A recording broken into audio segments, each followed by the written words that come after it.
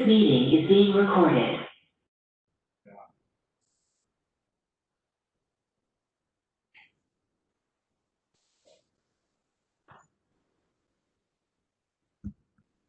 ¿Estamos? Ya. Ahora sí. Muy buenos días a todos. Tu parte, tío. Entonces, toma. Buenos días. Desde la sala 11 de la jornada de Derecho Tributario, estaba aquí libre con encargo del directorio del Grupo y la Facultad de Economía y Negocio. Damos inicio al panel sobre justicia tributaria en Chile. Análisis y desafío, 10 años de tribunal tributario y mecanismo alternativo. Nos acompañan los colegas abogados Arturo Selman, Pablo Pérez y Eduardo Morales. Vamos a tener la presentación de cada uno de ellos y después esperamos la pregunta de los participantes para estos efectos. Comenzará el abogado Arturo Selman Naum, abogado Mercedes Portales, magíster en tributación de la Facultad de Economía y Negocios de la Universidad de Chile y director del Anuario de Derecho Tributario de la Universidad de Portales. Arturo nos hará un paneo general respecto del comportamiento de los tribunales en estos 10 años. Por favor, Arturo. Muchas gracias, Guido.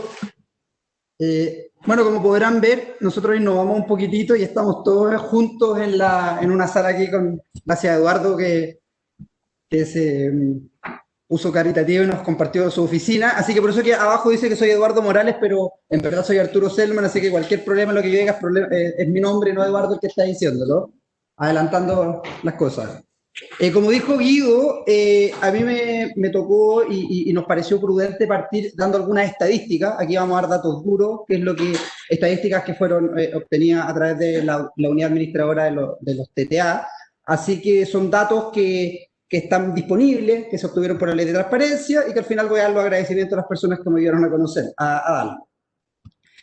El esquema de la exposición es la siguiente. A efecto de explicar un poquitito y entender más o menos los números que vamos a exponer, también nos pareció prudente dar algunas estadísticas de la RAP, en el Servicio de Impuesto Interno, dado que eso podría explicar en cierta forma algunos números que vamos a ir explicando de los TTA, sobre todo a propósito de la disminución de los ingresos en los últimos años. De ahí está el esquema de la exposición. Vamos a ver algunas estadísticas del recurso de reposición administrativo voluntario desde el 2015 al 2019. Después vamos a ver estadísticas de los ingresos en los TTA desde el 2010 al 2019, el término de los juicios desde el 2010 al 2019, las causas vigentes al 31 de diciembre del 2019, estadísticas de la conciliación, que es algo bastante novedoso, que se han efectuado hasta el 30 de septiembre del 2020, y finalmente algunas apreciaciones de ciertos desafíos a 10 años de la creación de los TTA. Partamos. Estadísticas de las RAP. Aquí hicimos un cuadrito sinóptico, un cuadrito, en el cual podemos ver los datos del 2015, 16, 17, 18, 19. En la columna roja son los términos de RAP, lo que nos permite en cierta forma tener una opinión de cuántos más o menos son los recursos que se terminan, lo que nos da algún aproximado de cuántos se ingresan. No tengo el dato de los ingresos, pero sí tengo el de las terminadas, que son los que están en rojo. El alugar, el no alugar, el alugar en parte y el silencio administrativo, que solo hay un par de causas en los primeros años porque después no ha ocurrido. Si ustedes revisan estos datos estadísticos de la RAP, ¿qué conclusiones podemos llegar? Primero, aquí lo porcentualizamos. Los alugar, que son los que están en azul, podemos ver que van aumentando desde un 25% en 2015 a un 33% en 2019. Había un aumento en el alugar, no es tan significativo, pero lo hay. Pero si ustedes ven el no alugar, podrán darse cuenta de que del 2015 teníamos 55% no alugar en los RAP, y hoy en día, y al 31 de diciembre del 2019, tenemos un 36% de no alugar. Y el alugar en parte también, teníamos un 18% en el 2015 y al 2019 hay un 29,4%. Entonces, ¿qué conclusiones podemos sacar de estos datos? Todas conclusiones que son subjetivas y que no podrían tener algún grado de disconformidad por algún asistente, pero son razonables, creo yo, en base a los números.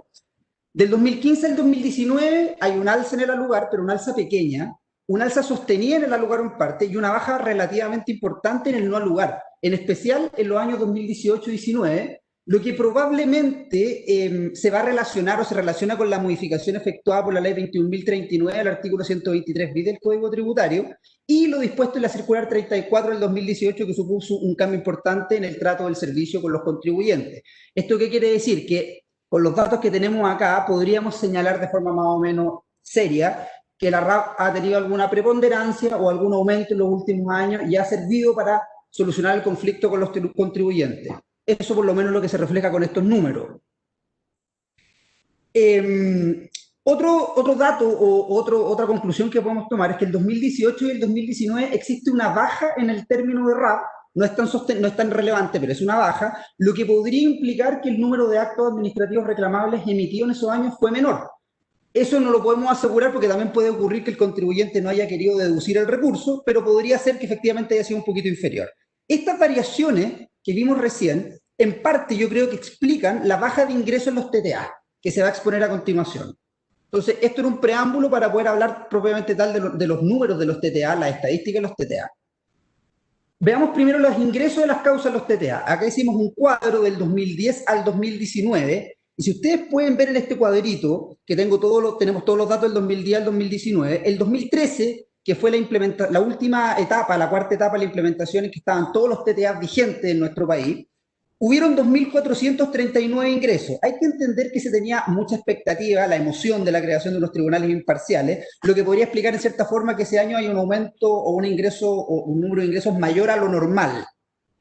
De ahí uno puede ver que el 2014, 15, 16, 17, 18, 19 había una baja progresiva en los ingresos, baja que llegamos al 2019 con 1.072 ingresos. O sea, estamos hablando que el 2019 ingresaron menos de la mitad de los reclamos que se interpusieron en el 2013. ¿Qué datos de interés podemos sacar de estos números? Primero, que al 31 de diciembre del 2019 han ingresado un total de 12.846 reclamos de todo tipo de procedimientos, de los cuales 11.042 son tributarios y 1.804 son aduaneros. Del total de ingresos, al 31 de diciembre del 2019, un 46% se concentra en los 4 TTA de la región metropolitana. Por su parte, los TTA de la región de Valparaíso, el Biobío y la Araucanía concentran un 26%. Por otro lado, y estas estadísticas nosotros las manejamos a nivel más abierta, pero no las podemos exponer completas aquí por los tiempos, un 68% de estos ingresos corresponde a reclamos bajo el procedimiento general de reclamación.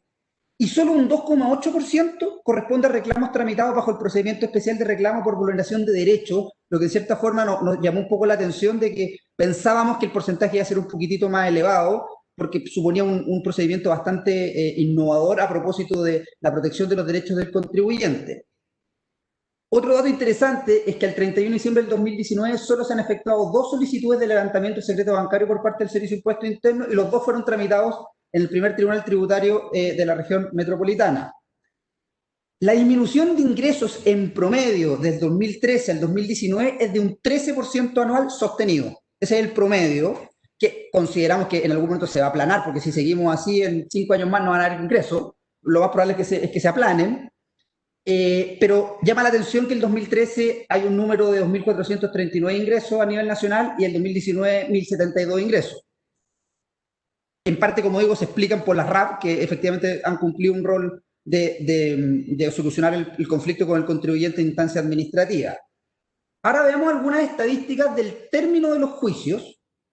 Bueno, este cuadrito es un poco difícil, tiene hartos datos, pero básicamente está por tribunal tributario y aduanero. Están las estadísticas del no lugar, el alugar, el parte y el sin caracterización. Quiero aclarar desde ya que, bueno, estos datos los obtuvimos de la unidad administradora de los tribunales tributarios y aduaneros, y el sin caracterización, por lo que pude averiguar, corresponde a también sentencias que fueron al lugar, no al lugar o al lugar en parte, pero que al momento de dictarse no fueron caracterizadas por el tribunal correspondiente, por lo tanto, tenemos un número no menor que no sabemos al final del día si fueron al lugar, no al lugar o al lugar en parte. Pero eso es un problema de la estadística y de que efectivamente no se caracterizaron en el momento que se tendrían que haber caracterizado. En base a estos datos que tenemos acá, ¿qué conclusiones podemos llegar? Primero, que lo al lugar en parte es relativamente bajo, salvo en ciertos TTA. Como digo, el término sin caracterización es muy alto, sobre todo en la región metropolitana. Si ustedes se fijan, El tercer TTA, el cuarto TTA, el primero y el segundo tienen bastante causas sin caracterización, lo mismo que el Tribunal de Valparaíso. Por lo tanto, eso podría en cierta forma variar un poco la estadística. Pero lo interesante acá, y los datos duros que tenemos, es el al lugar y el no al lugar, porque el al lugar en parte no sabemos si fue muy al lugar en parte, muy poco lugar en parte, si se dio un porcentaje relevante o no, y el sin caracterización no sabemos qué fue. Lo que sabemos son el al lugar y el no al lugar. Y si nosotros separamos únicamente esos dos elementos, el al lugar y el no al lugar, tenemos estos datos que están en este cuadro. Como ustedes podrán ver, hay algunos datos que salen de la norma, en el no al lugar, como también en el al lugar. Están todos los TTs acá expuestos a nivel nacional. Y lo que nosotros pudimos observar, además, bueno, varias cosas pudimos observar, pero lo que podemos observar de forma más o menos relevante y uniforme es lo siguiente. Si aislamos el al lugar y el no al lugar, el segundo TTA de la región metropolitana, el TTA de O'Higgins, de la región de Arique, Parinacota, de Coquimbo, de la región de Los Ríos, tienen porcentajes prácticamente de 50% al lugar, 50% no al lugar. El TTA de la región de Arica y Parinacota es el único que tiene un porcentaje al lugar superior al no al lugar. Y el tercer y cuarto TTA de la región metropolitana tienen un porcentaje no al lugar más relevante a nivel nacional, con un 88% y 87% respectivamente. Ahora, es importante decir, tenemos que clarificar, que estos datos no suponen o no contienen de nuestra parte, ni de las personas que dieron estos datos, un análisis jurídico. Por lo tanto, no podemos aseverar algún error por parte de cualquiera de los datos estadísticos. O sea, tanto el 50% lugar no al lugar pueden ser correctos como no lo sabemos, no hay un análisis jurídico. Lo mismo con el 88% y 87% del tercer y cuarto TTA. Tampoco podemos saber el contenido de los fallos, ni tampoco el análisis que se efectuó, ni la prueba que las partes aportaron, pero sí son datos relevantes que nos permiten generar alguna tendencia a nivel nacional y a nivel de tribunal en particular. ¿Cuáles son las causas vigentes que tenemos al 31 de diciembre del 2019? Aquí hay también otro cuadro estadístico en el cual podemos observar que entre Valparaíso y los 4 tribunales tributarios y aduaneros de la región metropolitana se concentra prácticamente, no digo la totalidad, pero el 60-70% de las causas vigentes a nivel nacional. Hoy en día, o más bien al 31 de diciembre del 2019, teníamos 2.231 causas vigentes. El tercer y cuarto TTA, solo esos dos tribunales, concentran el 43,5% de las causas vigentes, el primer y segundo TTA el 25% de las causas vigentes y todos los demás el 30%, de los cuales Valparaíso un porcentaje relevante de ese 30%. Entonces, claramente aquí sacamos una conclusión, es que la carga laboral no está correctamente distribuida y si bien la última modificación efectuada por la ley 21.039 en la distribución de causas de la región metropolitana, pudo rebajar la carga el tercero y cuarto. ¿Y rebajarla en qué sentido? Al disminuir su ingreso, se recarga el primer y segundo TTA, que tampoco era la idea. O sea, la idea es que esto se vaya equiparando entre Santiago, pero ojalá que se pudiera equiparar a nivel nacional, porque no es justo, a mi parecer, y no permite el mismo nivel efectuar el mismo nivel de trabajo cuando hay tribunales más recargados que otros. Este es un dato bien interesante que lo logramos conseguir gracias al magistrado Hernán Farías, que tuvo la amabilidad de conseguir este dato, de las conciliaciones efectuadas el 30 de septiembre del 2020 para ver si este mecanismo alternativo efectivamente se ha utilizado o no y en qué forma se ha utilizado, de forma importante o de forma no tan importante. Y aquí podemos ver que se ha utilizado efectivamente, sobre todo en la región metropolitana y sobre todo por el primer y segundo TTA de la región metropolitana. Los datos generales de las conciliaciones es que hay 53 a nivel nacional al día de hoy. O sea, disculpa, el 30 de septiembre del 2019. Llama la atención que prácticamente la mitad de ellas son del segundo tribunal tributario y aduanero de la región metropolitana y otro porcentaje relevante del primero.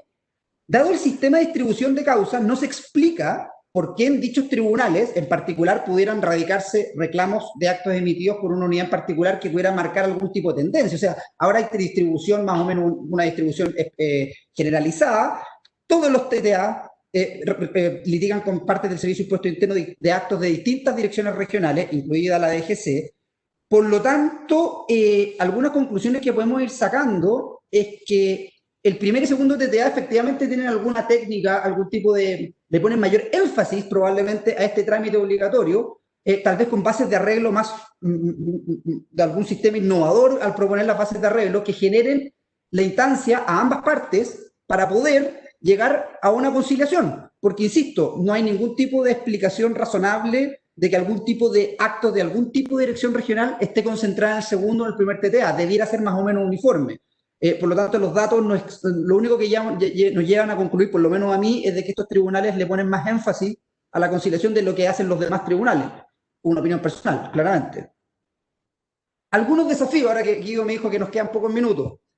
En base a estos datos, yo creo que un desafío relevante y a efectos de apaciguar un poco la sensación que hay en el mercado es intentar explicar por la baja de reclamos desde el 2013. Y como dije al principio, me parece que se explica en parte por la preponderancia que ha tenido la RAP los últimos años, porque ha aumentado el alugar y sobre todo el alugar en parte ha disminuido de forma relevante el no alugar, lo que en cierta forma hace que probablemente los contribuyentes reclamen menos en los tribunales tributarios y aduaneros. También podría explicarse por una disminución de actos del servicio, pero de la información que pude recabar no oficial, entiendo que el número es más o menos estándar, ha bajado un poquito algunos años, pero no de forma relevante. Pero a estos factores se podría unir la sensación de pesimismo del contribuyente frente al posible resultado adverso en un juicio tramitado en un tribunal tributario y aduanero, dadas las estadísticas públicas que hay por algunas publicaciones que se efectuaron hace algunos años por algunos medios, del alugar versus el no alugar. Eso es una de las conclusiones que yo personalmente creo que puede ser esa sensación, puede inhibir efectivamente el reclamo, no es la idea. Otro desafío, creo yo, relevante es mejorar los tiempos de tramitación de los juicios en aquellos tribunales con mayor carga laboral, a través de mejorar el aumento de dotación, etcétera. Y otra alternativa, que esto también tomando un poco lo que dijo el magistrado Hernán Faría en la inauguración de esta jornada del día de hoy, es realizar alguna modificación legal que paralice la tasa de interés penal del 1,5 mensual mientras se esté reclamando en el TTA o en los tribunales superiores de justicia, porque eso haría bastante más, haría que el contribuyente tal vez tenga más ganas de reclamar y no tenga miedo de que si el juicio dura 5 años con un 18% anual y pierde, tenga que pagar 3, 4 veces lo que le estaba liquidando inicialmente el Servicio de Impuesto Interno. Otro desafío, creo yo, es redistribuir mediante una modificación legal la carga laboral de los TTA que tienen mayor causas pendientes entre aquellos que tienen una menor carga laboral, o bien reforzar con un aumento en la dotación de funcionarios de aquellos TTA con mayor carga laboral. Reforzar la conciliación como un mecanismo alternativo para poner término a los juicios mediante la intervención más activa de los jueces. Para ello también es deseable, porque los jueces no pueden hacer maravillas, también es deseable que el servicio emita instrucciones generalizadas, acorde a lo dispuesto en la modificación legal introducida por la ley 21.210 a este respecto, permitiendo una mayor autonomía por parte del departamento jurídico a cargo del juicio. No es razonable que cada conciliación requiera una autorización eventualmente del subdirector jurídico. Lo importante es que cada regional tenga su independencia con parámetros objetivos dictados o instruidos por el director. Que el avenimiento extrajudicial del artículo 132 ter, recientemente incorporado, también no sea letra muerta, y para eso requiere que ambas partes, tanto el servicio como el contribuyente, utilicen todas las herramientas viables y pongan sus mejores esfuerzos para que esta herramienta finalmente funcione y no termine siendo como lo fue la conciliación, que ojalá que pueda revertirse. Y por último, y esto ya es una opinión personal mía, bajo riesgo de que aquí no participan Eduardo y los demás, tal vez considerando la disminución de ingresos en los TTA, se podría ampliar la competencia, por ejemplo, que conocieran de las excepciones del procedimiento de cobro ejecutivo de las obligaciones tributarias de dinero, obviamente que ello con el correspondiente aumento de recursos y dotación para efectuar estas labores, pero no parece tan razonable de que existiendo tribunales especializados, no solo en impuestos, en tributos, existan ciertas materias como esta, que lo ve un juez sustanciador en la tesorería al principio, y no hay independencia, que lo hubiera un TTA eventualmente, o tal vez algún tema municipal también. Tal vez esta baja de ingresos podría compensarse con un aumento de competencia y así especializamos la justicia tributaria y lo ampliamos no solo a los impuestos clásicos, sino a todo tipo de tributos. Muchas gracias. Gracias, Arturo. Nos toca presentar ahora al abogado Pablo Pérez Ejes. Pablo es abogado de la Pontificia Católica, posgraduado de la Universidad de Ibáñez. Además fue abogado litigante del impuesto interno y hoy día ejerce el campo legal. Pablo nos orientará en general acerca de algunos temas, y algunas conductas, digamos, de los litigantes. Por favor, Pablo, te acercas acá. Abajo aparece Eduardo Morales, que en realidad es Pablo Pérez, ¿ah? Eduardo Morales, computador verde. Así que, Pablo, por favor.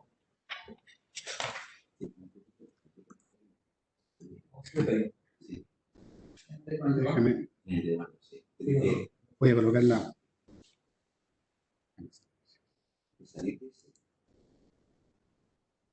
Estamos viendo las láminas.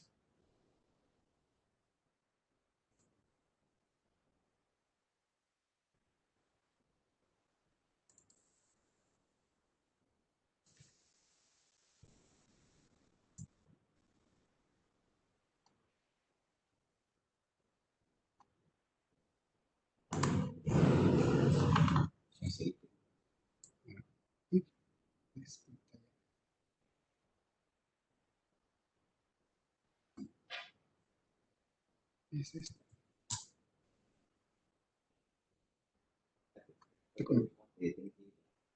Ok.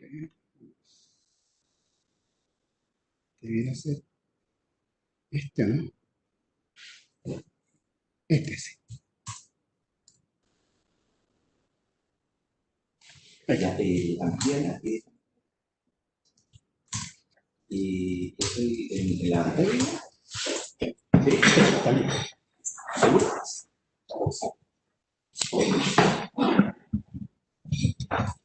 Ya. Buenos días. Gracias por participar en esta presentación que estamos haciendo sobre los tribunales tributarios. Son los 10 años ya que están en vigencia los tribunales, por lo tanto hay que tenemos que tener una mirada de ellos, ¿no? Una mirada crítica desde el punto de vista de la fortaleza y las debilidades. Yo quiero concentrarme, tal cual como adelantó Guido, yo quiero concentrarme en la labor de los litigantes ante el tribunal tributario, porque aquí son tres partes: los litigantes desde el punto de vista de los contribuyentes, los litigantes de impuestos internos y tal juez, ¿ok? Entonces, cada una de estas tres partes conforma el tribunal tributario o la actividad jurisdiccional ante los tribunales. El éxito del caso de ellos, o la lectura que nosotros podamos hacer del resultado de los tribunales, depende de una de las partes, no solamente del juez. Quizá existe una cierta tendencia a criticar al tribunal y al juez por los resultados que están saliendo desde el punto de vista de las sentencias. Pero ¿qué pasa con las partes que intervienen en el tribunal? Yo quiero brevemente referirme a la labor de los litigantes desde el punto de vista de los contribuyentes. Yo creo que hay mucho que tienen que hacer, hay mucho que deben aportar. Yo creo que en general la litigación tributaria, y esa es mi opinión personal, es deficiente. Vamos a las páginas acá. Exacto. Bueno, los tribunales tributarios nacieron con una finalidad de actuar como entidades independientes del Servicio de Impuestos Internos. Esta dependencia no era una dependencia económica o no era una dependencia funcional, porque en estricto rigor, el servicio depende del Ministerio de Hacienda, los tribunales tributarios en cuanto a la administración económica dependen igual dependen del Ministerio de Hacienda. ¿Cuál era la independencia que molestaba cuando los tribunales dependían de impuestos internos? Era la sujeción a las instrucciones del director. El inciso final del artículo 6 del Código Tributario dice que los directores regionales en ejercicio de sus funciones deben ajustarse a las normas e instrucciones impartidas por el director. En este ejercicio de sus funciones, una de las más importantes era la función jurisdiccional ante los tribunales tributarios y aduaneros. Esta norma obligaba a los directores a dictar sentencias ajustándose a las normas e instrucciones. Bueno, cuando entraron en vigencia los TTA, el artículo transitorio de la ley 20.322 señaló que en el ejercicio de las funciones jurisdiccionales los directores regionales no estarán sujetos. Fue una especie de concesión. Iban a entrar a regir los TTA y qué pasaba con los juicios tributarios ante el director, ante los directores regionales. Entonces ahí la ley dijo, mire, en este caso en particular, entonces, usted no mantenga esa dependencia. Pero la dependencia no es una dependencia económica la que podría ser un problema, sino una dependencia de las instrucciones y las normas impartidas por el director de impuestos internos. Esa limitante no la tiene el juez del Tribunal Tributario y Aduanero. La labor de los litigantes, y eso corre para ambas partes desde el punto de vista del servicio como los litigantes privados, se rige por el principio dispositivo. Aquí no quiero entrar en un aspecto técnico, respecto a la litigación, pero es un principio bastante desconocido entre todos los litigantes. ¿Qué implica esto? No es un impulso procesal, es una de las variantes, digamos, ¿ah? Pero el principio positivo implica que la actividad jurisdiccional solo puede desplegarse a solicitud de parte. Son las partes las que determinan el objeto del juicio y la causa de pedir, que son los fundamentos jurídicos deducidos en el juicio, y además las resoluciones judiciales deben ser congruentes tanto con el objeto del juicio y la causa de pedir. ¿Qué estoy diciendo con esto? Si los litigantes no reclaman, no dan fundamento, no explican los hechos, el juez tiene que ser congruente con esa postura. Y esa postura necesariamente tiene que llevar al juez a rechazar el reclamo. Entonces, la labor del litigante, que es el que despliega la actividad jurisdiccional, es el litigante el que va ante el tribunal a decirle, yo quiero que usted resuelva esto. Bueno, es fundamental, ¿ya? Entonces, muchas veces se pasó, bueno, de los jueces de los tribunales tributarios que estaban en el servicio, se pasaron a tribunales tributarios independientes. Muchos litigantes o muchos asesores siguieron considerando al tribunal tributario y aduanero como una entidad similar a la del juez tributario del servicio o a los actuales departamentos de procedimiento administrativo. ¿En qué sentido? Uno cuando va al DEPAT hace una petición administrativa, la petición es deformalizada, no tiene contraparte, no hay un abogado del servicio que está encontrándole todo malo, no hay un código de procedimiento civil al cual regirse. Usted hace una petición administrativa ante la RAF o antiguamente ante los jueces de director de impuestos internos y se olvidaba. En cambio, hoy día usted tiene que cumplir una serie de requisitos y formalidades desde el punto de vista de la presentación, la formalidad, el fondo, los hechos, cómo lo explica, cómo pretende acreditarlo y además cómo usted va dirigiendo el juicio. En general, lo que yo puedo advertir, y como experiencia, porque yo partí con los TTA cuando me tocó liderar el Departamento Jurídico del Oriente, que fue el periodo más álgido de presentación de reclamos, cerca de 2.000 juicios tributarios, y naturalmente con el apoyo de los abogados que trabajan en el departamento pudimos sacar adelante esto. Pero tengo una mirada en ese tiempo, el 2012 al 2016, de los reclamos tributarios, desde el punto de vista de los litigantes. ¿Okay? ¿Cuáles son los errores más comunes que se presentan frente al juicio tributario? Informalidad en la presentación de los reclamos, lo que le decía yo, mire, sabe que usted presenta una carta diciéndole al juez más o menos, revise mi caso y vea usted qué se puede hacer aquí. Eso es un tremendo error. El juez no puede hacer eso. El juez tiene una labor pasiva. El juez está esperando que los litigantes le digan qué es lo que debe resolver y cómo además debe resolverse. Segundo error, es un error muy común, la escasa o nula alegación de vicios de nulidad de derecho público.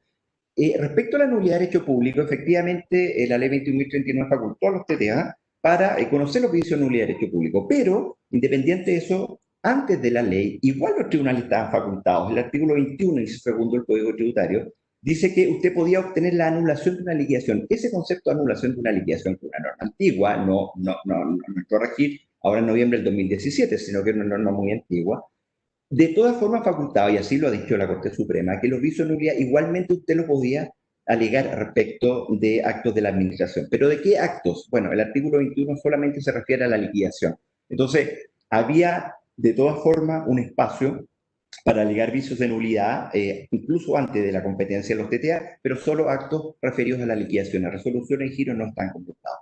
¿A qué me refiero con que los litigantes en general no hacen alegaciones? Yo, bueno, les voy a contar algunos casos, digamos, en que me ha tocado participar y otros que he tenido conocimiento, donde existen ejemplos donde efectivamente los tribunales tributarios están dispuestos a acoger nulidad de derecho público, pero usted tiene que hacer el trabajo de buscarla. No la puede buscar el tribunal y no podemos, naturalmente que existen problemas en los tribunales y las cifras probablemente puede que no sean de nuestro gusto, pero usted no puede esperar que el juez haga su trabajo. Espero que sea una crítica constructiva, y que nadie se ofenda por eso, pero en realidad hay muchos litigantes, la mayoría, salvo algunos destacados, que no hacen el trabajo. ¿Qué trabajo no hacen? Por ejemplo, nadie cuestiona a la autoridad competente.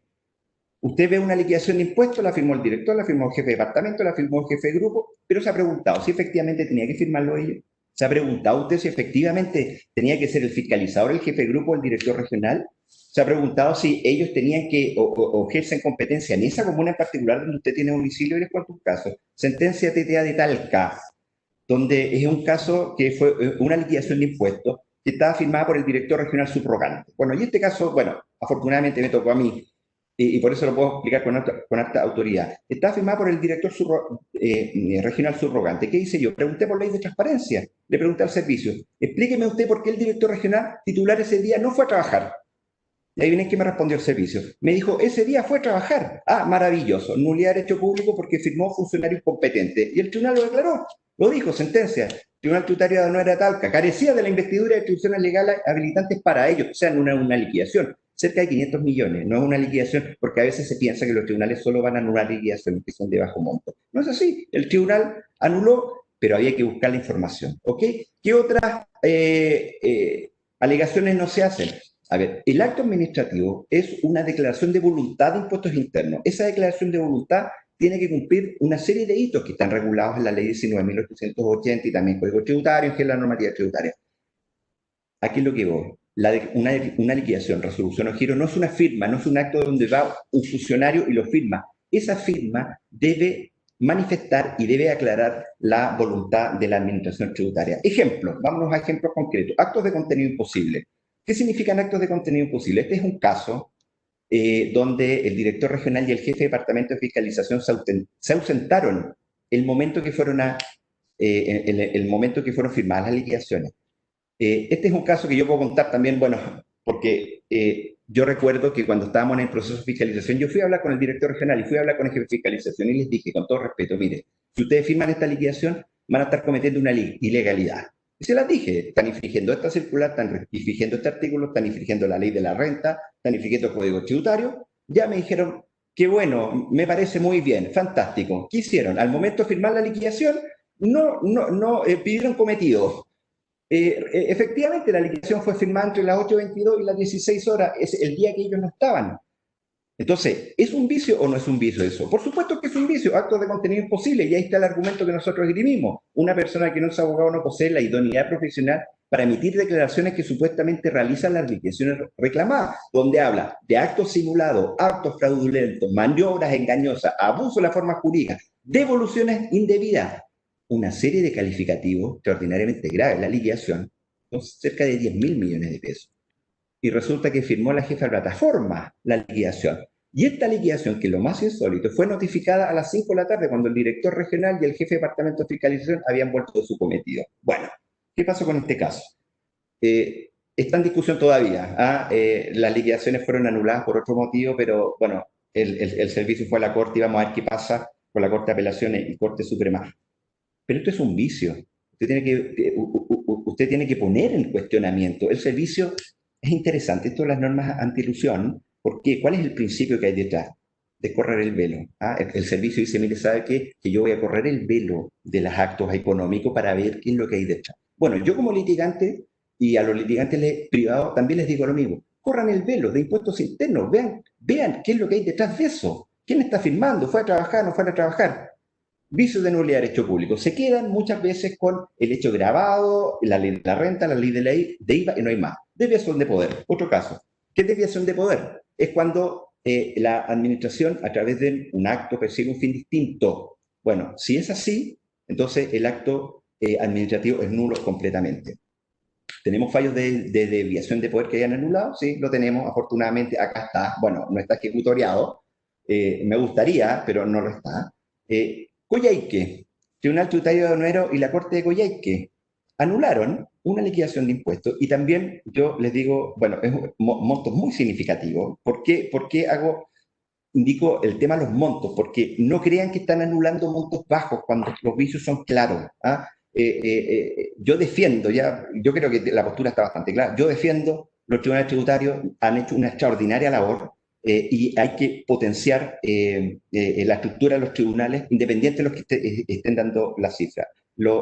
Un tribunal no se mide cuantitativamente por casos ganados, casos perdidos. Yo creo que la labor de un tribunal debe medirse en función de los argumentos que están. Bueno, desviación de poder. ¿Qué pasa acá? Bueno, resulta que han escuchado ustedes el clásico argumento que dicen fiscalizadores, ¿sabe que voy a citar para ampliarme el plazo de prescripción?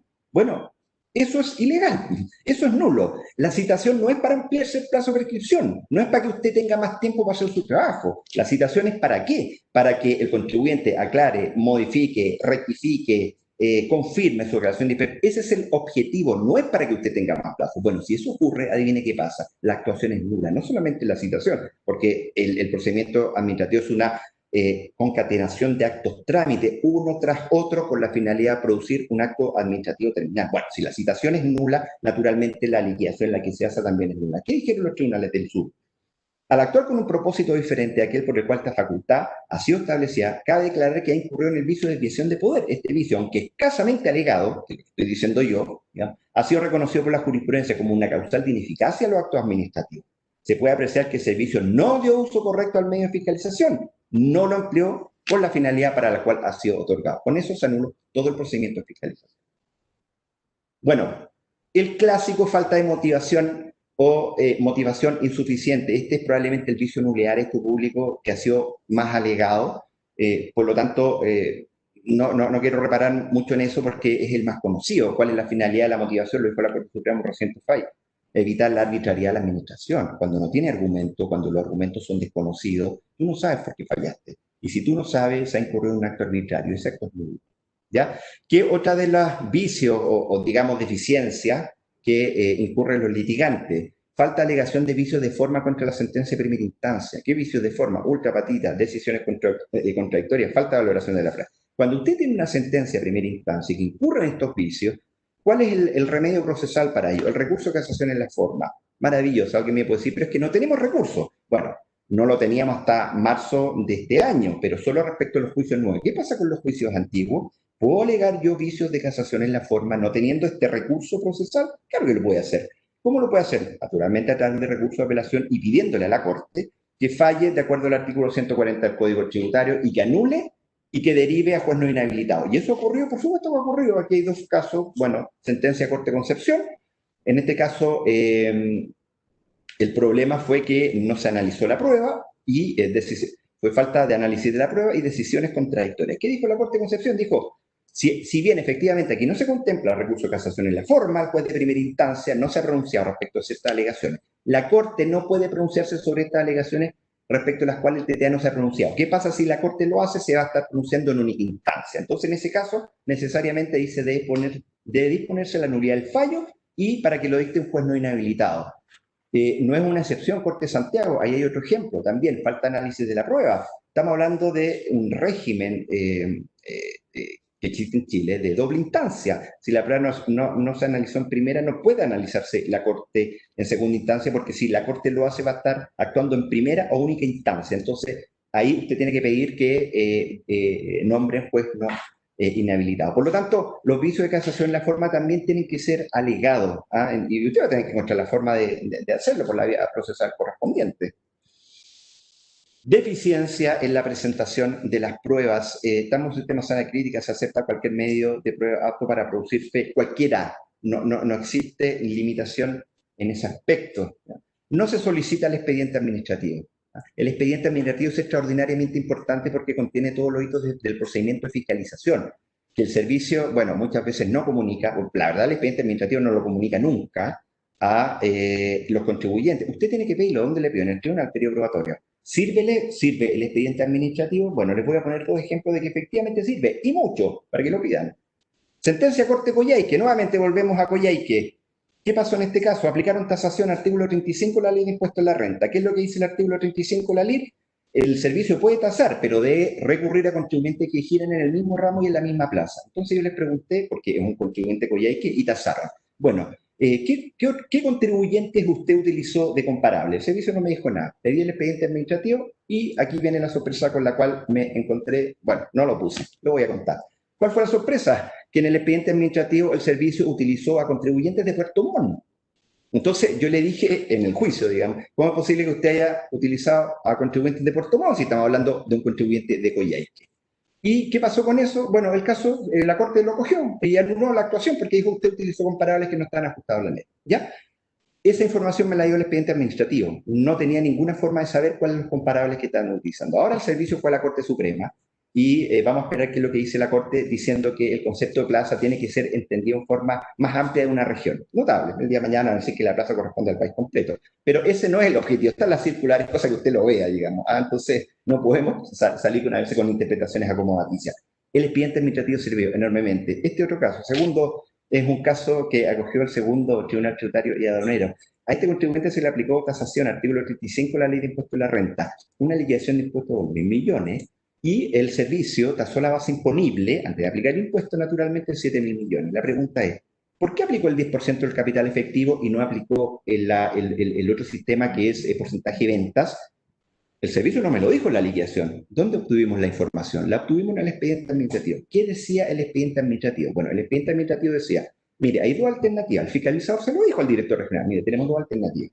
Aplicamos base imponible de 10% de capital efectivo y nos llega un resultado de 7.000 millones. En cambio, si aplicamos los comparables, nos llega un resultado de 78 millones. Adivine por qué alternativa se fue el servicio. Por la más gravosa. Entonces, eso es ilegal. Usted no puede aplicar a las alternativas más gravosas. Y si la aplica, debe fundarla y justificarla. Y esa información nosotros la obtuvimos en el expediente administrativo. Es muy importante. Y, o sea, no solamente que lo pida, tiene que revisarlo, porque usted lo puede pedir y no le puede pedir al juez que haga ese trabajo por usted, ¿ok? No se presentan escritos observaciones a la prueba, si se hacen, contienen meras reiteraciones del escrito de reclamo, lo cual no agrega ningún valor, ¿ya? Bueno, ni que decir deficiente presentación de recurso de casación, existe una reiterada pretensión de los litigantes de transformar a la Corte Suprema en una tercera instancia. La Corte Suprema no es una tercera instancia, no está para revisar la prueba. Solamente son vicios de legalidad desde el punto de vista de una errónea interpretación de la ley o cuando la prueba ha sido erróneamente valorada. La falta de valoración de la prueba, en estricto rigor, en un vicio de casación en la forma. La valoración errónea o equivocada o no ajustada a derecho es un vicio de casación en la forma. De fondo, pero usted tiene que decir, el artículo 132 señala que la prueba se valora, bueno, de acuerdo a las reglas de la sana crítica y da parámetros de valoración, normas lógicas, jurídicas, técnicas científicas y máximas de la experiencia. Bueno, ¿y dónde está eso? ¿Cuáles son las normas científicas? ¿Cuáles, cuando uno dice, uno lo ve, el litigante dice, mire, infringieron todo esto, las normas científicas, técnicas y las máximas de la experiencia. Bueno, ¿y cuál es la norma científica que infringe? ¿Cuál es la máxima de la experiencia que infringe? No lo dicen. Naturalmente la Corte Suprema tiene que declarar inadmisible ese recurso. Entonces, si ese esfuerzo intelectivo no está ahí puesto en el recurso, que es la gran oportunidad de hacerlo, no espere que la Corte lo subsidie en ninguna de las Cortes. Existen, bueno, esto es otra, ya va quedando pocos minutos de la presentación, me entusiasmé bastante, pero a ver, existen muchos problemas. Los tribunales echaron a regir, es una nueva modalidad, una nueva modalidad donde usted tiene dos partes, tiene a contribuyente y también tiene a impuestos internos, ¿ya? Y tiene un juez que es prisionero de las peticiones de las partes, de las peticiones concretas que hacen ellos. Si las partes no despliegan esa actividad, no esperen entonces milagros del tribunal, ¿ok? Ahora, existen naturalmente un análisis crítico que se puede hacer del tribunal, de los tribunales en general, pero bueno, como en esta exposición va a estar Eduardo Morales, yo no lo quiero privar del gusto, digamos. Yo también puedo hacer un análisis crítico de los tribunales. Bueno, no quiero entrar en personalismo. Yo sé que hay problemas de demora, muchas veces problemas de análisis de la prueba, etcétera. Yo creo que ahí tienen que hacerse una autocrítica también de avanzar en esos temas sustancialmente, ¿ya? Pero yo quiero que hagamos una crítica a los que somos litigantes y los que estamos en la vereda desde los contribuyentes, porque los clientes esperan de nosotros que hemos lo mejor, ¿ya? Lo último, la ley 21.210 cambió el artículo 8º bis del Código Tributario, los derechos del contribuyente, y creó un nuevo artículo completo nuevo. ¿Por qué es importante y por qué lo quería decir? ¿Qué tiene que ver con los litigantes? Léanselo, estúdielo. Existen muchos elementos ahí muy importantes. El número 1, las razones o fundamentos de los actos administrativos. Número 2, no se puede iniciar un nuevo procedimiento. Se pueden llevar a cabo rectificatorias. Es un derecho realizar la rectificatoria. Los contribuyentes actúan de buena fe, es una presunción, ¿verdad? Se va a generar todo un nuevo escenario de conflictos judiciales en función de si el servicio está cumpliendo o está respetando o no estos nuevos derechos. Se modificó el inciso 4 del artículo 132 y se espera, digamos, desde el punto de vista de una norma reguladora de la prueba, que el servicio acredite sus pretensiones en el procedimiento.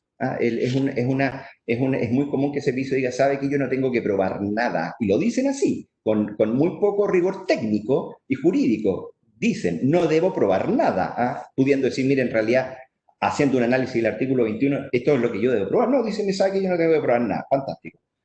Bueno, el inciso cuarto del artículo 132 dice, sabe que a partir de marzo de este año que está vigente, el servicio debe acreditar sus pretensiones en juicio, no puede dejar de probar. Antes igual, este no es motivo, había muchas cosas que el servicio debía probar, no es motivo de esta presentación porque la verdad nos extenderíamos mucho. Pero ahora queda bastante claro que las pretensiones las debe probar. Siguen teniendo un medio de prueba muy importante que no lo hacen valer, pero bueno, algún abogado del servicio lo podrá decir.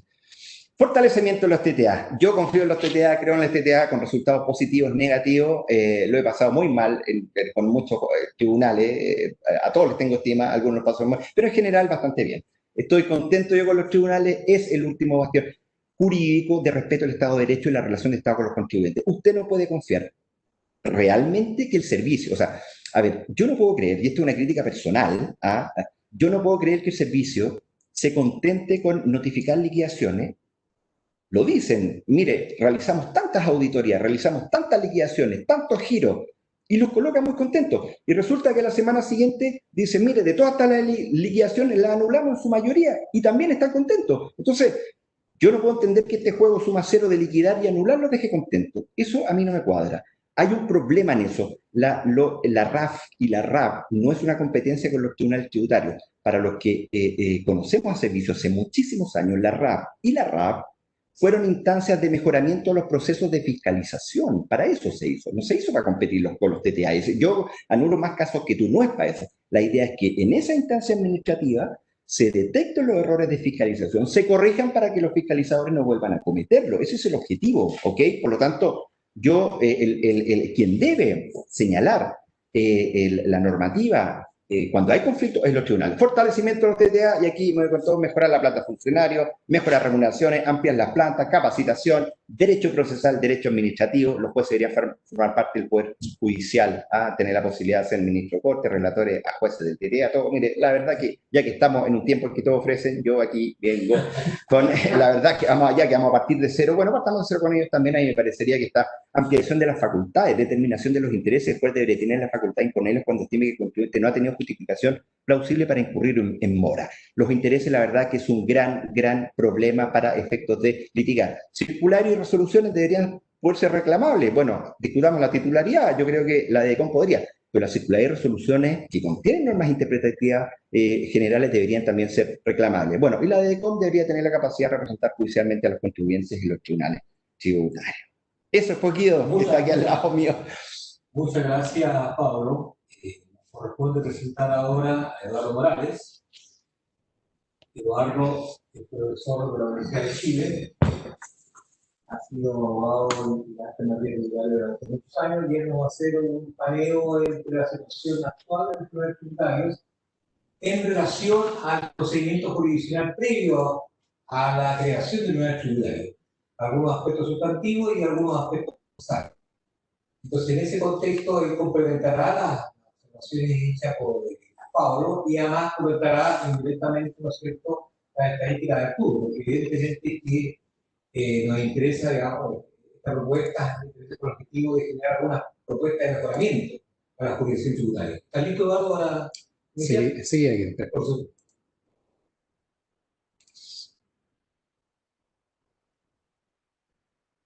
Estamos en pantalla. ¿Listo? No, disculpen de que aparezcamos todos con el mismo nombre. Pero no hemos clonado.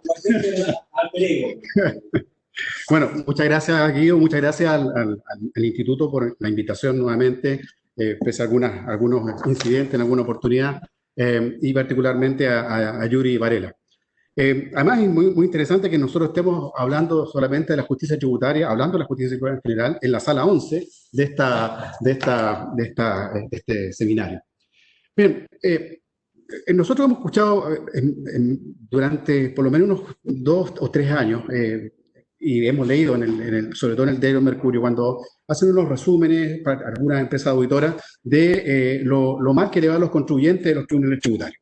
De que en realidad prácticamente los tribunales tributarios le dan 100% la razón al servicio de impuestos internos en perjuicio de los contribuyentes. Arturo nos acaba de mostrar un gráfico en el que aparece incluso en un tribunal algo parecido al Costanera Center de todos los procedimientos que ha ganado el Servicio de Impuestos Internos en un solo tribunal de Santiago.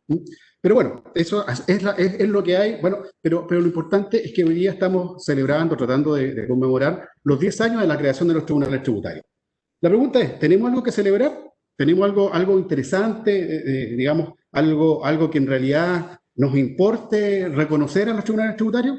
Creo que es importante en esta primera parte tratar de entender qué es lo que había antes, porque muchos actuales litigantes no litigaron con el sistema antiguo. Y en el sistema antiguo era verdaderamente, no quiero decir algo terrorífico, pero sí es algo bien complejo. Había que tener mucho tiempo para poder, y paciencia, para llegar a alguna sentencia después de algún tiempo. Ante la ley 20.322, muy brevemente, teníamos a un director regional, que era el órgano encargado por la ley para resolver los conflictos como un juez, pero en alguna oportunidad, en una época con muchos conflictos posteriores, se creó la figura de un delegado, que eso ya empezó a generar conflictos y problemas, no solamente de índole tributaria, sino que también de índole constitucional. Enseguida, también en los procedimientos tributarios había un solo interviniente en primera instancia, que era importante, o sea, uno peleaba solo. Pero de repente, por arte de magia, un subdirector jurídico se le ocurrió designar abogados en primera instancia en la etapa de prueba. Entonces nosotros teníamos a un director regional, que era el juez, y aparecía un abogado del servicio, un abogado o abogada del Servicio de Impuestos Internos, que aparecía en la audiencia de prueba. No era parte, uno no podía citar al director nacional para confesar, pero así era el sistema. El sistema de la carga de la prueba se aplicaba íntegramente el artículo 21 sin ninguna limitación, dado que no había ninguna referencia general a otro procedimiento. El sistema de prueba era un misterio. Y ese sistema de prueba era misterioso, ¿en qué sentido? En que no se sabía cuál era el sistema de prueba. Era un sistema legal o tasado, un sistema de libre convicción, no existía. En alguna oportunidad, hoy día que es un procedimiento bastante aplicable, se aprendió a aplicar la sana crítica, pero con los jueces tributarios originales, con los directores regionales. O sea, uno se imagina un director regional que tenía la obligación de dar cumplimiento a las instrucciones del director nacional y más encima con una muy amplia libertad para analizar la prueba. Bueno, era prácticamente entrar a un suicidio en un juicio.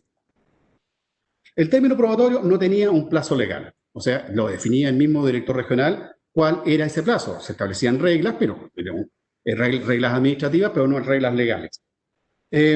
Habían informes reservados. El mismo código establecía la posibilidad de que existiera un informe reservado.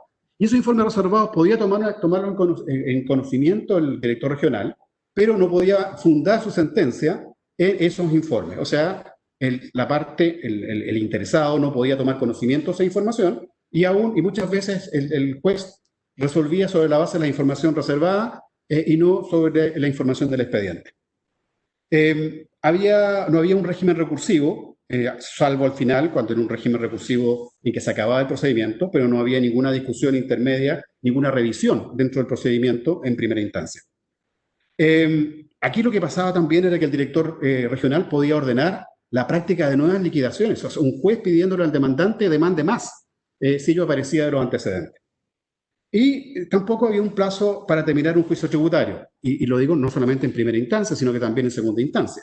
A mí me tocó un caso, un recurso de apelación de un expediente que duró 10 años en la Corte de Apelaciones. O sea, nadie lo quería ver, bueno, y inventaban trámites, pero era porque era un tema aparentemente muy complejo.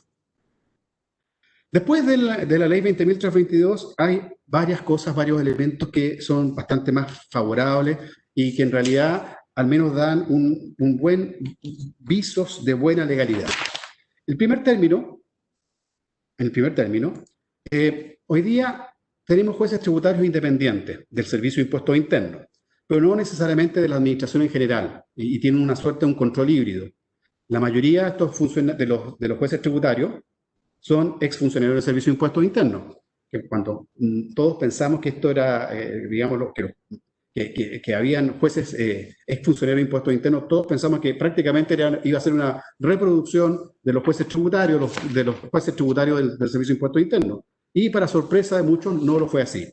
Al contrario, el que ahí habían tribunales o órganos jurisdiccionales que no venían del Poder Judicial, que eran más fiscalistas que los exfuncionarios del Servicio de Impuestos Internos. Lo que sí es una característica es que ninguno de ellos provenía del Poder Judicial. Y esto es importante tenerlo en cuenta porque hay cierta práctica de los tribunales, cierta práctica de los jueces, de cómo valoran, cómo redactan, cómo razonan para determinar algún resultado, que evidentemente más de algún fallo, y particularmente una serie de fallos que son prácticamente formularios, es que no existe este análisis que hace un juez, un juez común y corriente del Poder Judicial. Hoy día existen dos partes, una con ventaja, porque una puede, por ejemplo, pedir medidas prejudiciales, precautorias, el otro no. Una tiene una sanción, el abandono del procedimiento, el otro no. Otro tiene gastos que incurrir, el otro no. Entonces, no existe esa absoluta igualdad entre las partes. Como bien señaló Pablo, hoy día tenemos un sistema un sistema de libertad probatoria en que se puede probar a través de cualquier medio de prueba, que es una gran ventaja. Y había una inadmisibilidad probatoria, un sistema de inadmisibilidad probatoria, que la ley lo estableció como una sanción al contribuyente que no entregaba toda la información al Servicio de Impuestos Internos en la etapa administrativa. Esto podría tener alguna lógica, pero si nosotros lo analizamos desde el punto de vista de la Constitución, del artículo 5º de la Constitución vigente todavía, respecto a los pactos internacionales, bueno, hay un principio de oro en materia de defensa judicial, jurídica, que uno no puede autoincriminarse. Entonces, el presentar toda la información en la etapa administrativa, donde existe la posibilidad siempre cierta de que el Servicio de Impuestos Internos no opte ni renuncie al ejercicio de la acción penal, bueno, a cualquier contribuyente le da el derecho a no entregar más información que pudiera ser perjudicial para sus intereses. Sí, evidentemente, y aquí lamentablemente eso no se tomó en cuenta, si yo tenía la información, no la entregaba, evidentemente, y después la demostraba en el procedimiento, bueno, lo lógico era que a mí o al Servicio de Impuestos Internos no se le condonara impuestos, pero ese es otro punto. También en el sistema probatorio, hoy día existe, curiosamente, el sistema de la sana crítica. Y digo curiosamente porque pasamos derechamente de algo que no existía, o que no sabíamos que es lo que había, a un sistema de sana crítica, que es prácticamente la culminación de todo el sistema procesal chileno. O sea, una institución, un ámbito de aplicación que antes no tenía claramente cuál era el sistema probatorio, hoy día, de valoración de la prueba, hoy día aparece la sana crítica con bastantes limitaciones. Tenemos hoy día un sistema recursivo semejante al original, quizás lo importante es que se agregó un recurso de apelación en el caso de la resolución que recibe la causa prueba, y se incorpora ahora último, pese a que debió haberse incorporado desde el día 1, un recurso de casación en la forma contra la sentencia de primera instancia. Además, se eliminaron, producto de reiterados fallos del Tribunal Constitucional, las restricciones que se tenían respecto a la causal por el recurso de casación en la forma. Lo que sí también es muy interesante, y por lo cual también tenemos que estar contentos, es que hoy día existen salidas alternativas dentro del mismo procedimiento. Los temas de la conciliación, y que han sido, si bien no muy masivos, como lo indica Arturo, sí al menos han puesto término a juicios interesantes e importantes. ¿Qué es lo que es importante en todos estos procedimientos y en lo que la mayoría de las veces los litigantes que perdemos, y a veces cuando ganamos también, los que perdemos, cuestionamos a los tribunales? Primero, el tema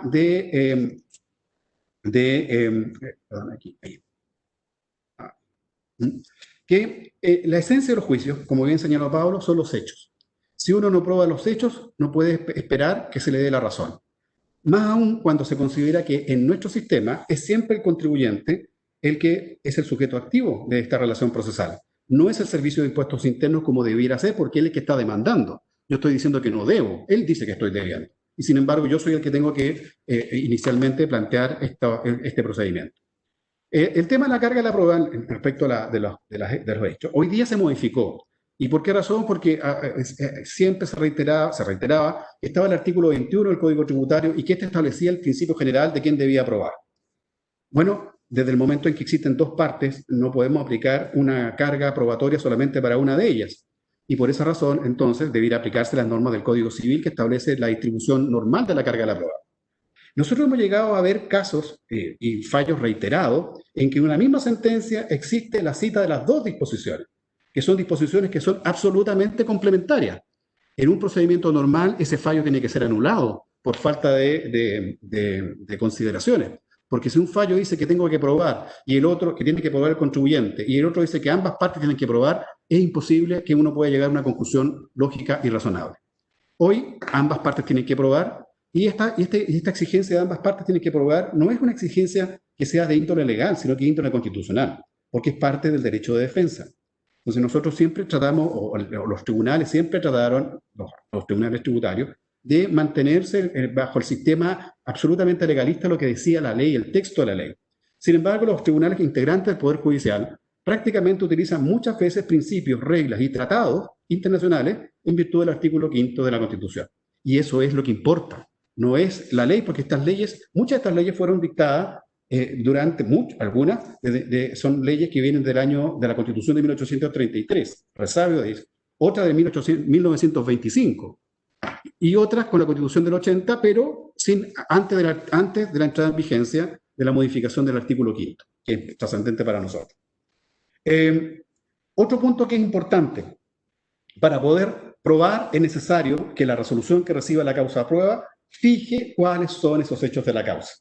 Porque si no los fija, es imposible, vamos a un albur, porque no sabemos qué tenemos que probar. En más de alguna oportunidad es como recurrente que se establezca como punto de prueba, acredítese, por ejemplo, la efectividad o por qué razón rechaza todos los términos de la liquidación, sin indicar cuáles son esos términos, cuáles son esos elementos que deben ser acreditados. Frente a un tribunal, frente a un testigo prácticamente tiene que leerse todo el expediente para saber sobre qué cosa tiene que declarar. Además, no podemos depender de la buena voluntad de los abogados del Servicio de Impuestos Internos al momento de poder repreguntar, porque si yo no sé de qué se trata, cuál era el contenido de la liquidación, mal puedo después pedir reconsideración o repreguntar a un testigo que no me ha dicho absolutamente nada, porque no sabe de los hechos, sí sabe de lo que hay una liquidación. Otro aspecto que es interesante y que es trascendente es el concepto del análisis de la prueba por parte de la sentencia. Prácticamente hoy día son muy pocos los casos en que uno puede revisar que hay enunciación o análisis de sana crítica. Sana crítica no es enunciar, sino que es explicar. Explicar de acuerdo a varios principios o varias reglas.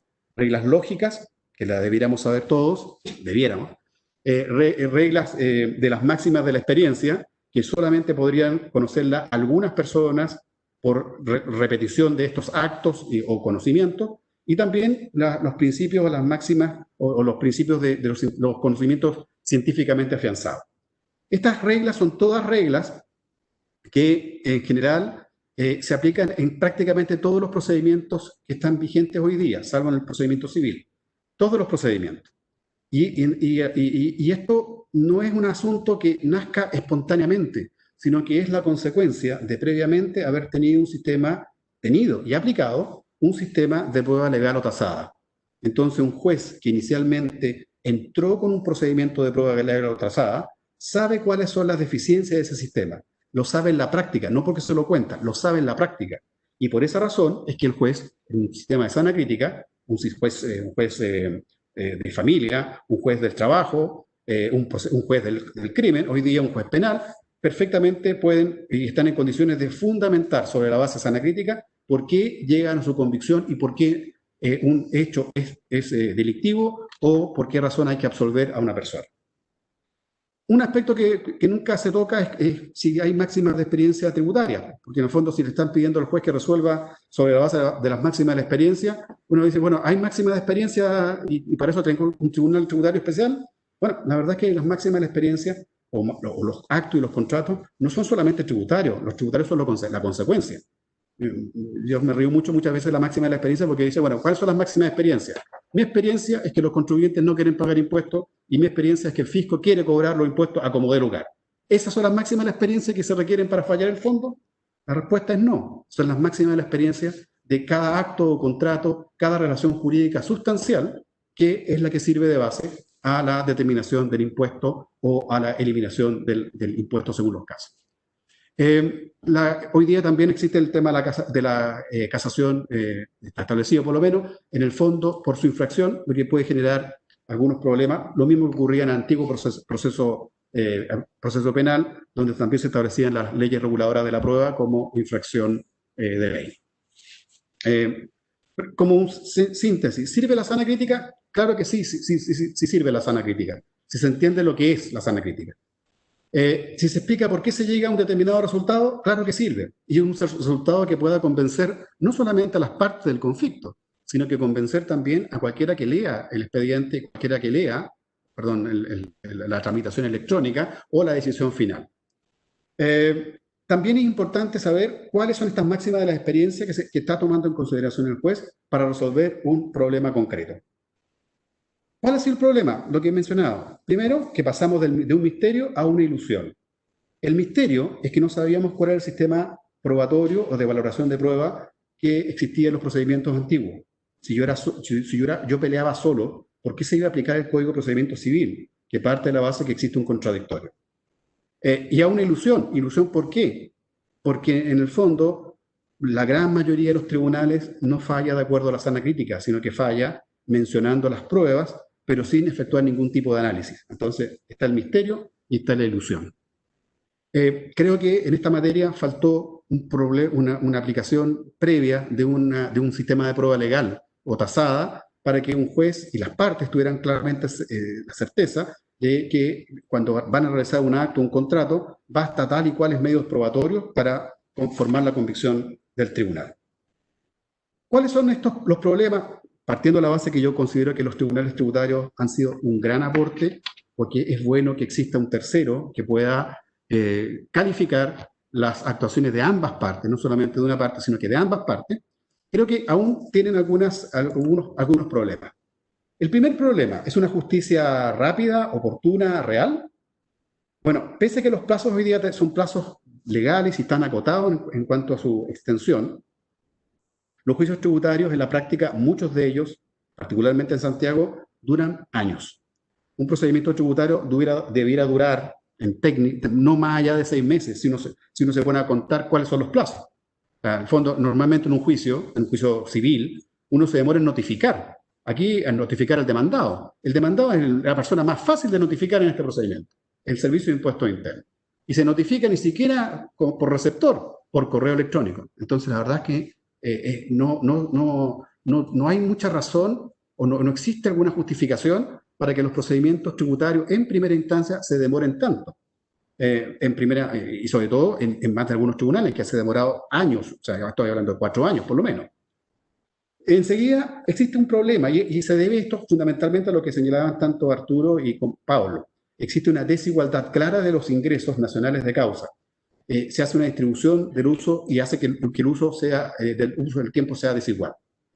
Hay que tener en cuenta que aquí la radicación de causas no es un dogma de fe, se puede cambiar por ley en la medida que se mantengan o se respeten los derechos de defensa de los contribuyentes. ¿Qué reformas procesales podemos plantear todavía? ¿Pueden haber más? Claro que pueden haber muchas más reformas. Primero, la eliminación de desigualdades procesales. El abandono del procedimiento no puede ser una sanción solamente para el contribuyente, porque el contribuyente es el sujeto activo. También tiene que ser para el Servicio de Impuestos Internos o definitivamente no existir. ¿Por qué? Porque tenemos plazos que son plazos legales. Los pagos de los derechos en suspensión y recurso. El Servicio de Impuestos Internos recusa, abogado integrante, suspende, sin que le cueste nada. En cambio, los contribuyentes les cuesta, y a veces, y sobre todo antes, ir a buscar y comprar las estampillas ya era una complicación. La atención comenzaba incluso antes de la audiencia, de la vista de la causa. También es importante tener una ampliación del régimen recursivo en primera instancia. ¿Esto es causa de demora de los juicios? No, ¿para qué? Pues si tenemos las apelaciones que se conceden en el solo efecto debutivo y controlan el debate de una mejor manera. Otro aspecto que ya mencionó Arturo, ya hay un concepto, una idea de que los tribunales tributarios tienen menos ingresos. Y si uno analiza, por ejemplo, en otra exposición habíamos visto que un tribunal de Calama tenía más ingresos que todos los tribunales los tribunales tributarios en Chile, en todo el sistema, todos los años que había durado el sistema. Eran 16.000 causas al año, en circunstancias que hay alrededor de 13.000 en 10 años en los tribunales tributarios. Bueno, ¿por qué no otorgarle mayor competencia? Y particularmente competencia penal. Siempre, ¿y por qué no competencia penal? Primero, hoy día tienen los tribunales competencia de carácter civil, en segundo, civil tributaria para el tema de los cobros de impuestos, determinación de si existe la obligación tributaria o no. Tienen competencia infraccional, artículo 97, lo que no sea delito. Tiene competencia de elusión, que tiene un perfume, un aroma de delito, aunque no quiera ser delito. Y también tenemos, y no existe ninguna razón por la cual entonces no podamos tener que un juez que conoce de la relación sustancial, un juez que sabe de la relación sustancial tributaria, no pueda tener la capacidad y la idoneidad para resolver como un juez del crimen, un juez penal, un conflicto también de carácter penal.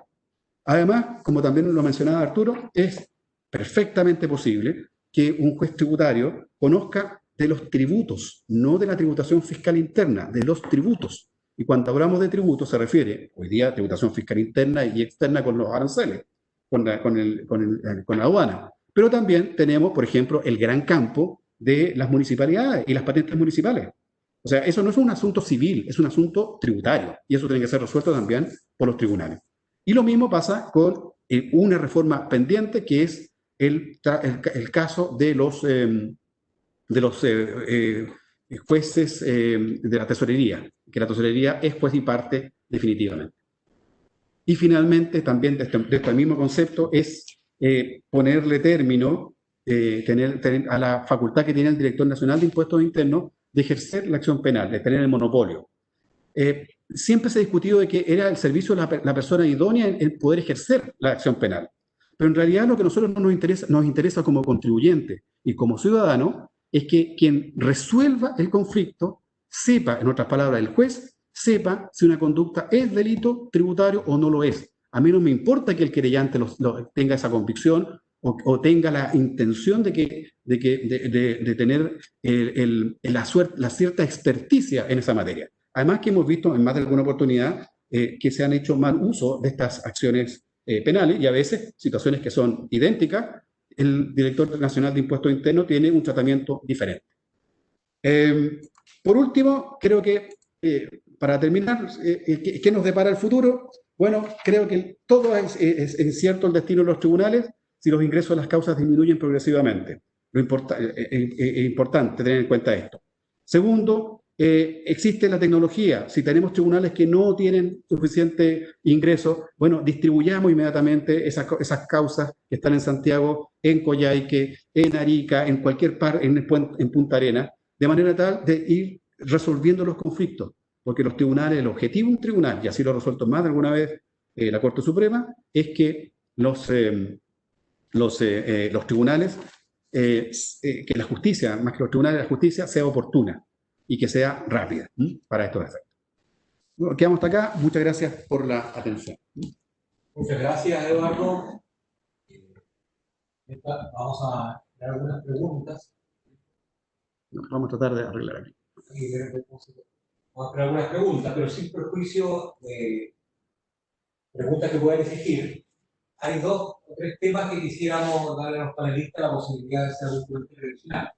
El primer tema interesante son las estadísticas aportadas por Arturo Selman, que en verdad nos tienen alguna preocupación, porque inevitablemente cualquier propuesta de reforma de la jurisdicción tributaria tiene que trabajar con los datos duros. Y ahí se mostraban estadísticas que hablaban de una arbitrariedad increíble.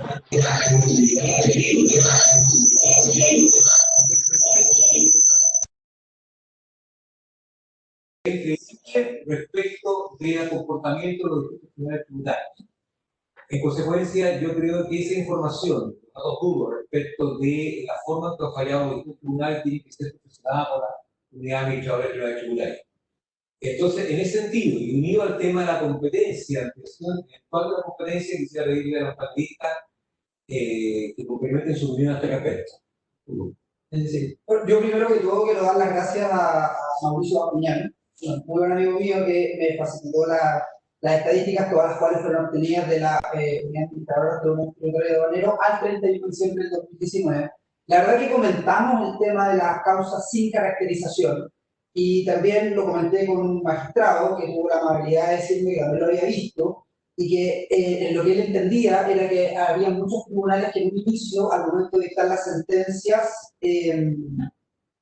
no caracterizaban si era al lugar, no al lugar o al lugar en parte, y eso claramente enturbia un poco las estadísticas, porque hay algunos tribunales, sobre todo en la región metropolitana y en Valparaíso, si mal no recuerdo, de que las causas sin caracterización son más o menos importantes y eventualmente podrían modificar las estadísticas. Tal vez no, tal vez sí, no lo sabemos. Pero esas son las estadísticas oficiales que entrega la unidad administradora de los tribunales tributarios y aduaneros. Entonces, sería bueno que tal vez esas sin caracterización, esas causas pudieran caracterizarse como corresponden para saber bien cuántas causas son al lugar, cuántas causas son no al lugar y cuántas causas son al lugar en parte, y también tener el dato duro de los desistimientos que como bien mencionaba Eduardo, Pablo, también es conocido que hay veces que los juicios se terminan por secretaría, cuando podría ocuparse tal vez la conciliación, porque es una práctica usual que no es que esté mal, necesariamente, pero ¿por qué no conciliar si ahora tenemos la herramienta? Antes no existía la herramienta, hoy día se puede conciliar en vez de desistirse y tal vez y presentar una RAF.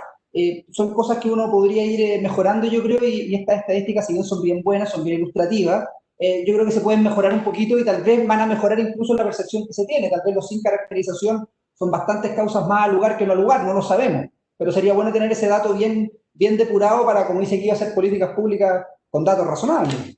Gracias, Arturo. Pablo, sobre lo mismo, sobre una pregunta, pero además complementando con una consulta de un participante, ¿no es cierto?, que aprecian mucha divergencia en las cargas y tiempos de tramitación, tanto por la información que entregó Arturo como por la experiencia personal que tienen los participantes. ¿Qué percibes tú en relación a ese punto con esta similitud, esta verdadera diseminación de distintos tiempos? Tú que estuviste en el Servicio de Impuestos Internos y además... Bueno, yo creo que Eduardo lo explicó muy bien. Él dijo que tú cuando entras al servicio y formulas una petición administrativa, no tienes parte. En un tribunal tú tienes que cumplir las exigencias formales del Código de Procedimiento Civil y además tienes una contraparte. El servicio te reclama todo, se opone a todo. Yo creo que también el servicio tiene que hacer una mirada autocrítica respecto de cómo está haciendo su litigación, porque resulta que si tenemos datos favorables y el servicio dice, desde el punto de vista de las peticiones administrativas, existen resultados favorables y parece generar, como dije yo, satisfacción el hecho de que muchas de las actuaciones son anuladas. ¿Por qué entonces tiene una posición, en mi opinión, muy hostil en los tribunales tributarios? Se oponen a todo, tratan de que el reclamo sea declarado inadmisible, se oponen a la prueba, la crítica en completo, no recurren a todo, en todos los casos, Corte de Apelaciones, Corte Superior, y si pudieran ir a la Corte Celestial con los casos, pues llegarían igual. Entonces, ¿por qué el servicio, frente a una petición administrativa, dice tener una posición tan conciliadora con el contribuyente, pero nosotros vamos al tribunal y resulta que es la posición completamente distinta? Ahora, ese es uno de los elementos, ¿ya? Efectivamente hay una demora en la resolución de los casos complejos también, los casos que llegan a tribunales, es de suponer que muchos ya pasaron el CEDASO, la revisión administrativa del servicio, por lo tanto, son aquellos casos donde existe una efectiva controversia, o sea, donde ya ni siquiera el servicio te quiso decir que sí. Entonces, bueno, uno va con la esperanza puesta que sea el juez. Y, bueno, es de suponer que esos casos son más complejos los que está resolviendo la administración y puede llevar a un periodo prolongado. Lo otro ya tendría que dar respuesta a tribunales desde el punto de vista de sus cargas de trabajo, dotaciones, en fin, de cómo pueden efectivamente hacer los procesos en un periodo más breve de tiempo. Gracias, Pablo. Eduardo, un poco para terminar, hagamos un poquito de trabajo un poco más agregado. Un proyecto de reforma constitucional. ¿Percibes tú que en la nueva Constitución, en el capítulo de jurisdicción de tribunales, pudiera concebirse un capítulo especial de jurisdicción económica que englobe los aspectos tributarios, municipales, tesorería, en fin? Podría ser una oportunidad, ¿no es cierto?, en el proyecto constitucional que se quedó radicado. Hay una jurisdicción de hacienda amplia, Es bueno, lo que pasa es que en general uno tiene que partir de la siguiente base. La recaudación fiscal es tremendamente importante. La recaudación fiscal es tremendamente importante. Y que es un tema de Estado, no es un tema de gobierno. Exacto. Claro, la recaudación fiscal no es un tema de gobierno, es un tema de Estado. Y por consiguiente, en mi opinión, el director de impuestos internos no debería ser un funcionario de gobierno ni designado por el presidente de la República, sino que ser un órgano de carácter constitucional, que respondiera no solamente jurídicamente respecto de todos los contribuyentes, sino que también políticamente respecto a sus actuaciones.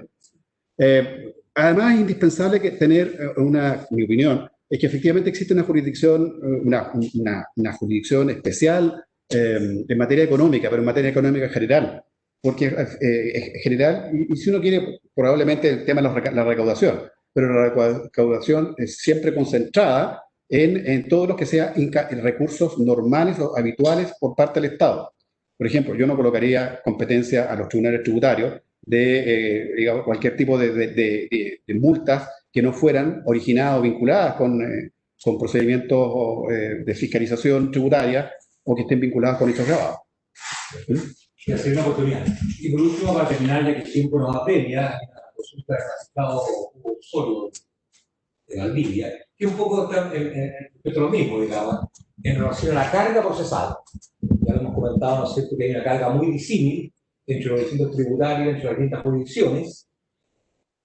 Un tema interesante que plantea lo de la perspectiva jurisdiccional, si hay una adecuada justificación en el establecimiento de los hechos de la sentencia, que es un punto que, con alguna experiencia en las Cortes de Apelaciones, hay una serie de déficits, lo mencionó Pablo, en el establecimiento de los hechos por parte de los litigantes.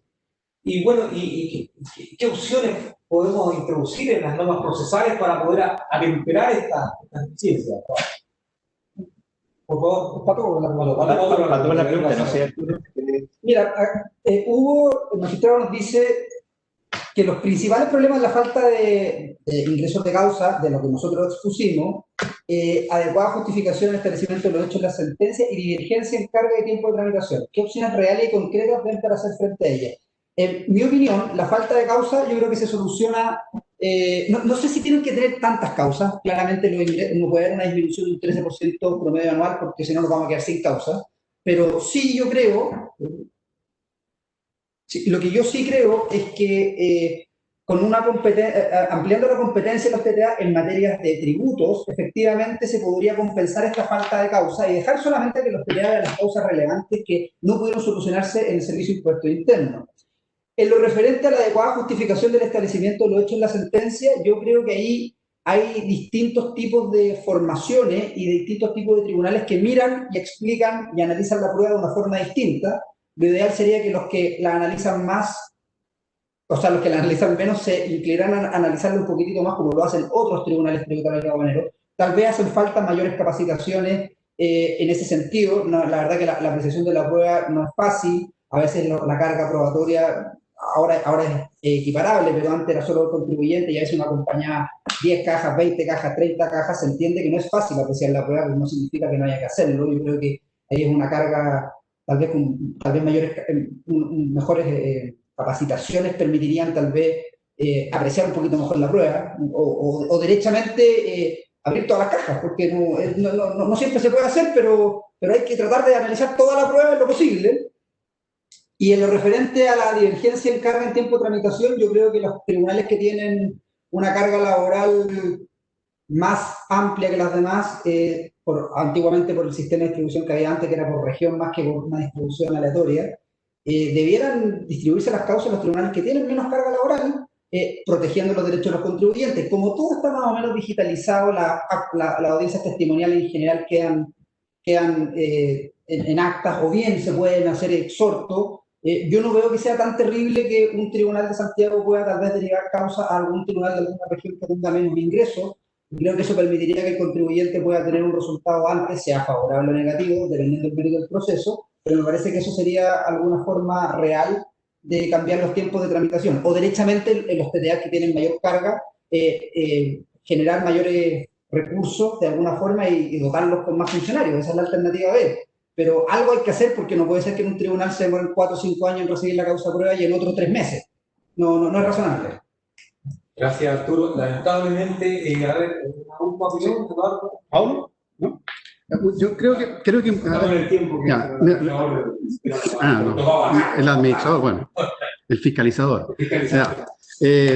Yo creo que respecto al tema de los puntos de prueba, cómo se determinan los hechos, creo que lo importante sería tener una audiencia en que las partes van y dicen, bueno, claramente cuáles son los hechos de la causa, cuáles son los hechos que ellos estiman que son de la causa.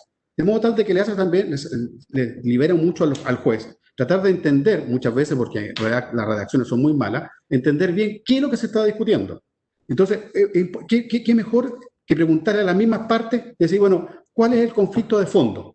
Una vez que las partes están de acuerdo en el conflicto de fondo, bueno, vamos a la prueba y yo demuestro o yo determino si esos hechos están acreditados o no están acreditados. Creo que ese es un buen sistema que puede simplificar mucho los términos probatorios y particularmente la resolución que recibe la causa probada. Pablo, simplemente para cerrar. Sí, no, bueno.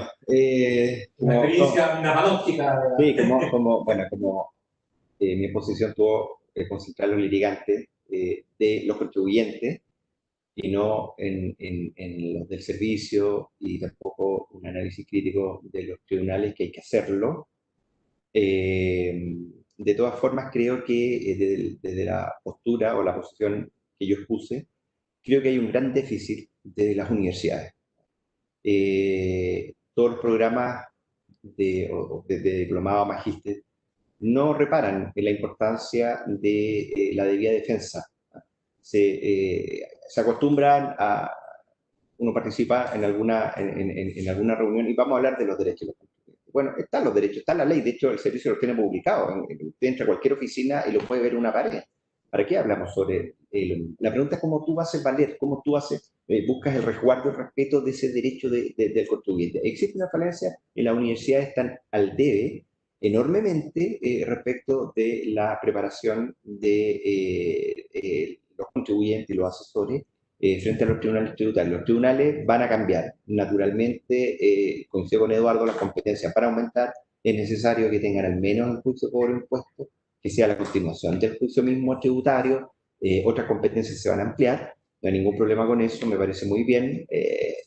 Así que yo concentraría para cerrar efectivamente en la labor de preparación de aquellos que están compareciendo y también de la gente que trabaja en los tribunales, mayor capacitación en derecho administrativo, derecho procesal y obviamente el tributario. Hay que concentrar los esfuerzos en proteger a los tribunales. Pueden cambiar, pueden tener más competencia, pueden tener menos competencia, más trabajo o menos trabajo, pero los tribunales tributarios no pueden desaparecer. La presión fiscal que se viene es enorme. Lo que se le está pidiendo al Estado es enorme. ¿Y de dónde saca la plata el Estado? Una de dos, ¿se endeuda o cobra más impuestos? Entonces va a venir una presión impositiva muy fuerte y esa presión que no la va a soportar el Estado la va a trasladar a quienes, a los contribuyentes. Bueno, la relación entonces puede ser mucho más conflictiva. Hay que proteger lo que tenemos, mejorarlo. Naturalmente, coincido completamente en lo que ha dicho Eduardo. Participo de los tribunales. No me gustan las demoras, no me gusta cuando no hay análisis de prueba, como en muchos casos también, como ha dicho Arturo, pero yo creo que en general tengo una muy buena opinión de los tribunales tributarios y aduaneros, y la pregunta es cómo lo fortalecemos una debilidad. Muchas gracias, Pablo. Bueno, agradecemos al Instituto Chileno de Derecho Tributario y a la Facultad de Economía y Negocios de la Universidad de Chile que hayan generado esta iniciativa, y esperamos que tengamos un congreso el próximo año, ojalá virtual, ojalá no virtual, digamos, ojalá presencial, ojalá presencial, porque evidentemente que eso ayuda bastante a la interacción. Así que muchas gracias al Mario Silva y a don Gonzalo Polanco en sus respectivas membresías y presentaciones, y estamos por cerrar la sesión. Gracias.